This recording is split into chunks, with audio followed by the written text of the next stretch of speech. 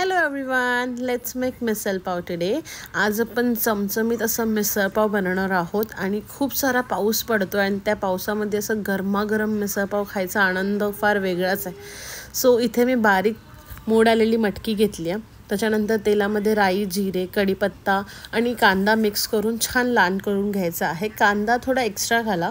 त्याच्यानंतर त्याच्यामध्ये आपण घालणार आहोत हिंग, अद्रक लसूणची पेस्ट. अद्रक लसूणच्या पेस्टचा थोडा स्मेल निघून गेला की इथे आपण सुक्या खोबऱ्याचं वाटण केलं आहे, ते वाटण आपण ॲड करणार आहोत. त्यानंतर लगेचच आपण त्यात टोमॅटो ॲड करणार आहोत आणि टोमॅटो थोडासा नरम करून घेणार आहोत. त्यानंतर आपण बाकीचे सगळे मसाले याच्यामध्ये घालणार आहोत. मसाल्यांमध्ये इथे आपण धनेजिरे पावडर, गरम मसाला, हळद, घरचा मसाला, काश्मीरी लाल मिरची आणि थोडासा कांदा लसूण मसाला पण आपण ॲड केला आहे.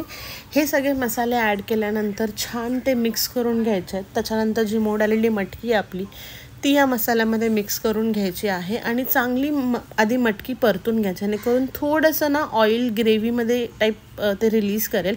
सो मटकी चांगली मसाल्यामध्ये मिक्स झाली की त्याचा फ्लेवर पण खूप छान येईल. सो मटकीला चांगलं मसाल्यामध्ये जरासं कुक होऊ द्या. थोडीशी वरून कोथिंबीर घाला आणि ह्याच्यामध्ये गरम पाणी घाला. गरम पाणी तुम्हाला हवं तेवढं घाला, जेवढी तुम्हाला ग्रेव्ही हवी असेल, आणि 2 शिट्ट्या करा.